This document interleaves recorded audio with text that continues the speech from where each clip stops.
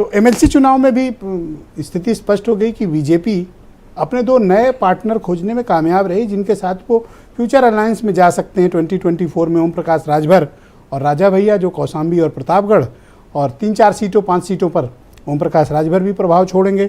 तो इसमें आप बेनिफिशियरी किसको देख रहे हैं? समाजवादी पार्टी जो अपने अलायंस को इंटैक्ट करने में कामयाब रही, उसके वोट नहीं बिखरे, या फिर बीजेपी जो अपना वोट बढ़ाने में कामयाब रही? ब्रजेश जी, पहले तो जन्मदिन की बहुत बहुत मंगल कामनाएं, और हम लोग चाहते हैं कि आज आपकी उम्र और आपके चैनल की टीआरपी निरंतर बढ़ती रहे, क्योंकि ये रीच बढ़ेगी तो हम लोग को भी लोग देखेंगे। बहुत बहुत बधाई। इस डिबेट में बहुत सारी चर्चा नाग और सांप के बारे में हुई। मुझे लगा कि पहले इस बारे में अपनी राय रख दे।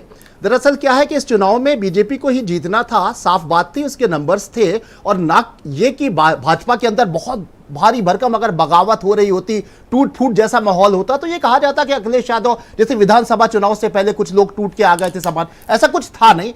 लेकिन एक चीज थी, सपा वाले इनको डराने में कामयाब हो गए। बिल्कुल कामयाब हो गए, और डरवा तो दिए थे मजबूत इनको। बिल्कुल। सबसे बड़ी बात तो यह है कि दो कहावतें हैं कि खाया पिया कुछ नहीं और गिलास तोड़ा 12 आना, और एक और कहावत है कि सूत ना कपास और जुलाहों में लट्ठम लट्ठा। यानी इस चुनाव में किसी को जीतना इतना नहीं था, भाजपा को ही जीतना था। लेकिन बेमतलब कांग्रेस और समाजवादी पार्टी में जो अंशु अवस्थी का बयान आया ना आपके चैनल पे, उसे तकरार की एक आवाज आने लगी, और ये पूरे देश में इसकी आवाज जाएगी, क्योंकि लोकसभा चुनाव से पहले एक माहौल है विपक्षी एकता का। मैं सहमत हूं, ये कोई स्लिप ऑफ टंग नहीं है, ये सोच समझ कर दिया गया जी, गंभीरता से बयान। और ये समाजवादी पार्टी के ऊपर आरोप लगाती है कांग्रेस के भाई हमारे साथ कोई कम्युनिकेशन नहीं है, हमसे बात नहीं करते हैं, इनका ईगो है।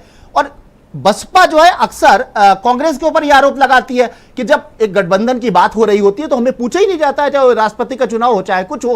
तो ये स्थितियां जो है उत्तर प्रदेश, जो लोकसभा में कहा यह जाता है कि उत्तर प्रदेश सबसे बड़ा। पर मुझे ये बताओ, राजभर जी का तो समझ में आया, राजा भैया भी बीजेपी के साथ ऑफिशियली चले गए इस बार? जाहिर सी बात है, वो उनके साथ हमेशा, मतलब ये राष्ट्रपति में भी थे उनके साथ, जाहिर सी बात है कि उनकी ट्यूनिंग बनी हुई है। और राजभर जी ने के बयान ये साफ कहते हैं कि वो उनके साथ में, देखिए बस रालोद सपा के साथ में इसका शुक्र किया जाए, क्योंकि समाजवादी पार्टी, ये बात सच है कि लगातार चुनाव हार रही है, और भारतीय जनता पार्टी लगातार हर चुनाव जीत रही है। 9 के 9 वोट कास्ट हुए जी, तो उनके वोट इंटैक्ट रहे, वो टूटे नहीं। हाँ, ये नहीं टूटे, ये बड़ी बात है। लेकिन एक बात को हम नहीं भूलेंगे कि विधानसभा चुनाव से पहले, जबकि विधानसभा चुनाव में भाजपा जीती, लेकिन भाजपा के अंदर कहीं ना कहीं कुछ बगावत थी, कुछ टूट फूट हुई थी, और उसमें अखिलेश यादव ने एक बड़ी सफलता हासिल की थी। लेकिन 1 साल से भी बहुत कम समय बाकी है लोकसभा का, और भारतीय जनता पार्टी के अंदर बिल्कुल भी बिखराव जैसे हालात नहीं है, एकजुटता है। और अखिलेश यादव नए 2 लोग जोड़ लाए ना